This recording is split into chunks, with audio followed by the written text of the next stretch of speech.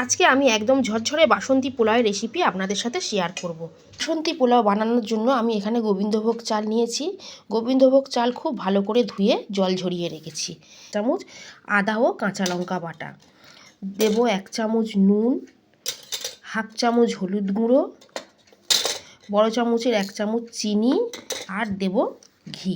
সাথে দেব বড় চামচের 1 চামচ থেঁতো করে নেওয়া গরম মশলা। এবার আমি সব কিছু খুব ভালো করে মেখে নেব।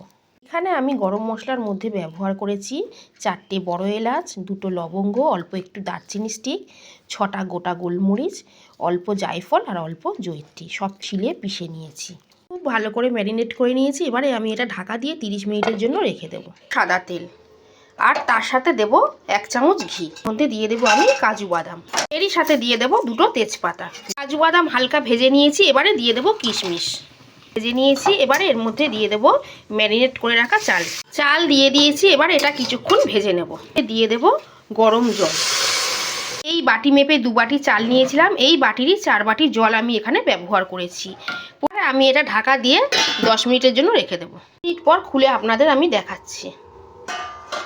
পোলাও আমাদের একদম রেডি। ওপর দিয়ে দেব চেরা কাঁচা লঙ্কা। আমাদের একদম রেডি। এবার আমি আপনাদের সার্ভ করে দেখাবো।